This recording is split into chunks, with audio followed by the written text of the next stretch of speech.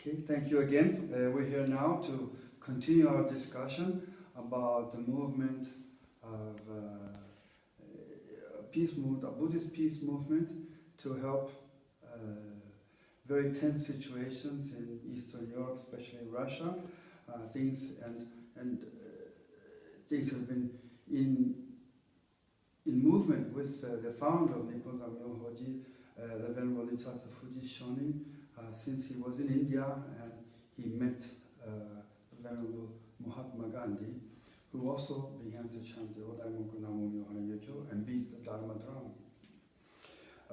We talked about also different problems now happening with in Chechnya, also in Ukraine, and various things that occurred with the Nipponzan Myōhōji priest, who were trying very hard to be very active socially and to help spread the spirit of Buddhism in a very concrete way through a non-violent form of protest and reasoning with people. We heard also about the movement that was formed, talking about the mother of the soldiers mothers movement in Russia, who helped to stop. They went in, the mothers went to the actual war front and went in and took their sons out of the war and brought them one by one back home to Russia. And with that, the Russian government was forced to shut down their war machine in Chechnya. A similar thing now seems to be happening also in Ukraine, where the movement of Russian mothers of the soldiers in Russia are starting to, since they're seeing now that this war is continuing in Ukraine and their sons are returning home in body bags as deceased children, the mothers are rising up again to try to bring back their sons and take them out of what they consider an illegal war. It is proposed to us in the press here in Europe and the United States, well, throughout the Western world. It seems that most of Russia is in favor of this war machine, but in reality it appears that many people are just too scared to be able to stand up to a very powerful government. However, nonetheless, many people are trying to stand up to reason. They're forming grassroots movements to be able to work in ways that the war machine can no longer function in a non-violent manner, and so that lives can be spared. This has been inspired a lot by Buddhism, and of course also by the actual results, the terrible, sad results of what people see of this horrible thing we call war. And obviously, we cannot say as Buddhist monks that we are responsible for the bringing down of a war. We don't have that much power. But on a social plane, we try to stand up to work hard for the people around us, not only for our own Buddhist communities. And this is what is the spirit behind the Lotus Sutra, to bring the spirit of the Buddha to all the people in the community.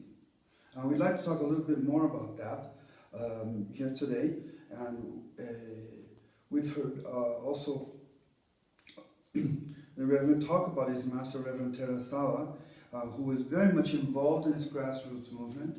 And as a result of his involvement in the grassroots movement, he lived in Russia for many, many years. After having built 2 peace pagodas in London, he moved to Russia, but after being involved in this grassroots movement and the movement with the mothers to bring down the war, President Putin banned him from the country. He had to leave Russia and has been declared a persona non grata. And to this day has not been allowed to return to Russia. However, he does still continue to walk all the way from Russia to Far East Asia on foot. He spends a lot of time in Central Asia. We've seen many pictures of him on Facebook and in Ukraine.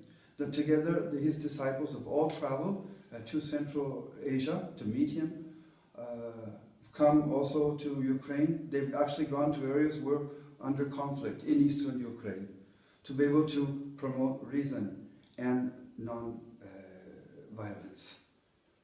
the true spirit of Buddhism. With that, also there was one other event that occurred, and this is also in Ukraine, and this was called the Round Table. Reverend Terasawa organized a group in a round table in Ukraine, and Reverend Shvedovski here was also involved in the organization of that round table event on the Russian side, since he is, of course, Russian and living in Russia. I'd now like to ask the Reverend to talk about this round table movement. Yes, this round table took place just 3 days ago, 5th of October in Kiev, and about 30 people participated in it. It was rather not public, rather in private atmosphere. They gathered, all of them were the close friends of our community, or of Junsei Terasawa Shōnin, or people who are really involved in peace movement in Russia. From Russian side, people whom I invited are the head of Soldiers' Mothers of St. Petersburg, and also the lady, it's another person, the lady who organized the movement which is called Cargo 200. Cargo 200 is a special mark which is put on the metal box inside of which is a dead soldier's body. So this Cargo 200 from Ukraine to Russia. And also the third person from Russia is a human rights activist who is a specialist about especially China, Tibet and Hong Kong, because now Hong Kong is like receiving estafette from Ukrainian Maidan in this non-violent mass movement against injustice. And also the one important reason for this round table was the fact that we published a new book of Reverend Junsei Terasawa with his Dharma talks, which are also important for people seeking peace. And this book is named The Territory of Deathless, how to say, the territory of eternal life. We published about, it is fourth his book, which is published in Russian. We published them, we by ourselves translated from English to Russian and published such books. So all this was the reason, and on this round table they discussed the ways how to keep the idea of non-violence alive in this hard moment, in this hard situation, when we see that non-violent revolution in Ukraine brought people to the war. So people can be disappointed with the idea of non-violence, but still this idea have to work. And how it has to work in new situation, new obstacles. So it was the main topic. Yeah, right now our world has entered a very, very dark phase. It almost appears that people are afraid to say it, but it appears that we've almost entered to a third world war. There are conflicts all over the world at this point. Our governments are all scrambling and working very hard to be able to put out the fires everywhere, to try to maintain some peace and order. However, a lot of it is getting out of control in many places. People feel desperate. Our economies are failing. And the governments also are scrambling and working hard to keep their economies afloat. And sometimes we feel like we just don't know what we can do. We could lose all hope. We could just give up. We could just start thinking for ourselves and forget about everybody else. That seems to be another popular trend. Just as long as I'm okay, I don't care about anybody. Just as long as I'm okay, everything is fine. That seems to be a very popular trend today in our society. But as you can see from the experience of this very courageous monk, one of many courageous monks, they're trying to apply the spirit of Buddhism in a social context, even at the point of risking their lives, going into the place of warfare, trying to help spread the spirit and the heart of the Buddha, even amongst non-Buddhists. The idea of Buddhism is that we don't need to force the world to convert. The idea of Buddhism is that we want to be able to spread the spirit and the heart of the Buddhism so that all of the people can really enjoy the fruits of the heart of the Buddha. And I think today what we've heard a lot of things about some politics, about warfare. We have many more conflicts. We have struggles now with radical Islam, which is causing lots of havoc and hurting lots of people and causing lots of worries throughout the world, but especially amongst their own people, first and foremost. Most of the Muslims are very peaceful, very kind, generous people who just want to live their lives like everybody else. That's the point of it. We're all just people. We all want to live our lives, be happy, be free from suffering, and have a chance to raise our children, have a chance to be able to live in peace with our friends, and enjoy around what we have around us. This is also the spirit of Buddhism, and it is something that we hope it's a message that can envelop all the peoples of the world, of all the different religions. People don't have to convert to Buddhism to really live the heart of the Buddha. I've met many people here in Italy who are Catholics, and sometimes they're more Buddhist than me, and they have really impressed me, and I bow down to them. As I've also met amongst many people in Muslim communities too. So there are all kinds of people who have a great heart, who already are living with the heart of the Buddha, that of what we call a great bodhisattva. So I was very, very impressed by what Reverend Shvedovski had said to me today, and also during our discussions this afternoon, and I feel something that we all need to really reflect on. We're not asking you to get involved with peace movements and get involved with violent, maybe go to zones of where there's violent warfare or anything like this, but think about what can I do as a Buddhist to really help our society, really be something who helps the people around us. I think that is the underlying spirit of what it means to be a Buddhist.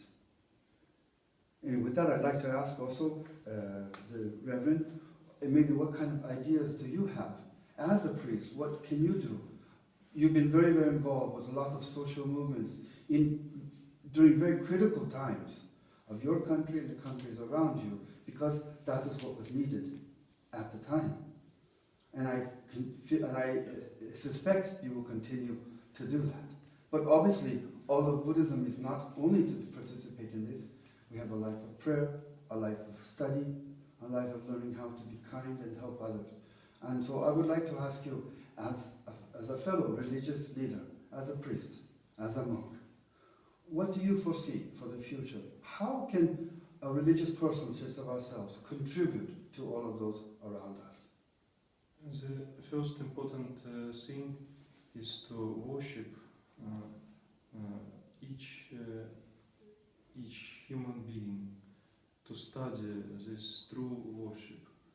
And our prayer is the way to study it, to worship each human being regardless of his faith, regardless of his social position, regardless of his attitude to us, to be never despise bodhisattva. And of course always to pray. And it is very interesting what you said, that you consider some Catholics here that they are really Buddhists.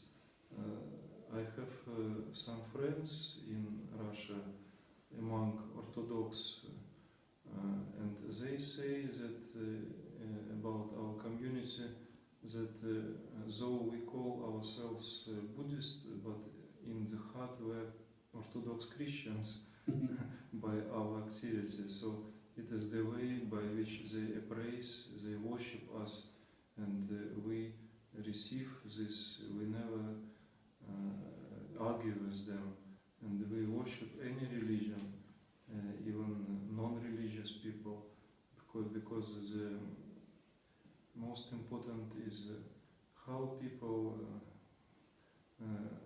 communicate each other, how they treat each other, and of course we need for this to pray and to meditate, and we need some periods of retreat, of being alone, and to pray somewhere in remote places, because not always we can do and we can overcome some conflicts. Even Buddha couldn't stop the war which happened between his tribe, his clan of Shakyas, and another. Though 3 times he could stop the war, but on the 4th time he said, I cannot do anything, I have to go to the mountain and to meditate there, to obtain the power for future activity. So we cannot, we shouldn't be too ambitious. Sometimes we can do nothing, and we have to recognize this. Nevertheless, we should pray, we should meditate and pray, and respect each human being, each being, each animal, each human being. Thank you. Thank you very much. Thank you. Thank you. Here for our temple, I had recently, when you just said something about the Orthodoxy, they were very Christian. Recently, during Ramadan, I have a number of Muslim acquaintances, and they told me, you are Buddhist, but really you live according to the principles of true Islam. And so I thought, well, thank you. I wasn't expecting to hear that. But they were very sincere when they said it to me. So maybe the heart of the Buddhist teachings, the heart of the Lotus Sutra, is really what is the heart of what it means to be human, to be a real human, regardless of what religion or culture or whatever angle or corner of the world you've come from. And after all, we're all just people.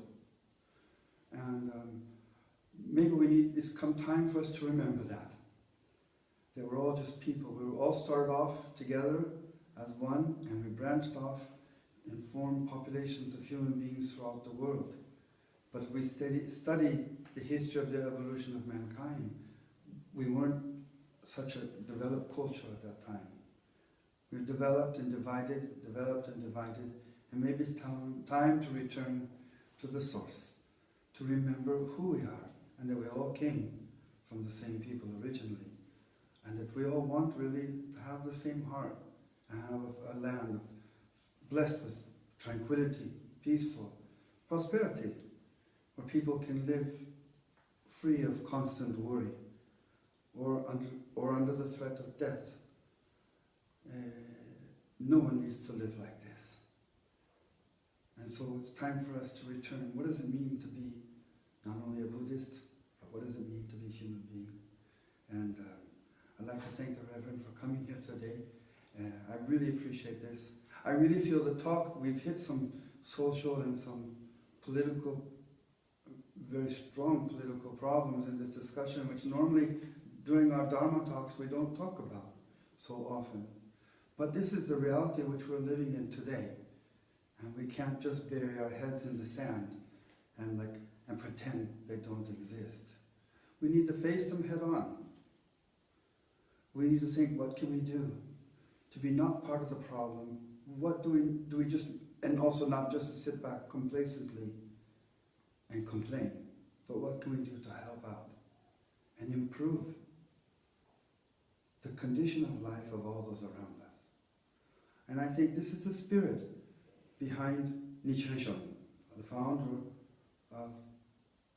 of both of our orders, really. Nichidata Shōnin founded Nipponzan Myōhōji, but in reality, it was Nichinyō Shōnin who founded this grand Nichiren movement based on the Lotus Sutra, trying people to bring them back to this core spirit. So this weekend we have coming up to Eshiki, celebrating, first of all, the passing of our Master on October 13th, but also that he entered into Nirvana. So we have a great celebration to celebrate his life. It's a time also for us to reflect who we are as Buddhists. And I really feel very grateful that Reverendo Shvedovski could come here, all the way to Cherezeto, from Moscow, from Russia, just to come make a small visit, a pilgrimage to this temple, and share with us his very treasured experiences. They'll become treasures for all of us too. And I really, from the bottom of my heart, really want to thank him. I really feel that what he showed us today is also the same basic spirit, the underlying spirit of the core teaching of Nichiren Shōnin that he taught throughout his whole life, based on Lotus Sutra, and that is of the Risho Ankokuron, establishing a peaceful and tranquil land based on the true principles, the real solid principles of what is Buddhism. And that's the spirit behind his teaching. And I felt today, we saw a number of experiences, how one monk, under very, very difficult, extreme circumstances, has dedicated himself to the Lotus Sutra and to Nichiren Shōnin's teachings, to somehow contribute to this great dream and goal of our founder, Nichiren Shōnin, and that of the founder of all Buddhism, the Lord Shakyamuni Buddha. Okay? Thank you very much. I really appreciate all of your words today. Thank you very much. Thank you. Namo Myoho Renge Kyo. Namo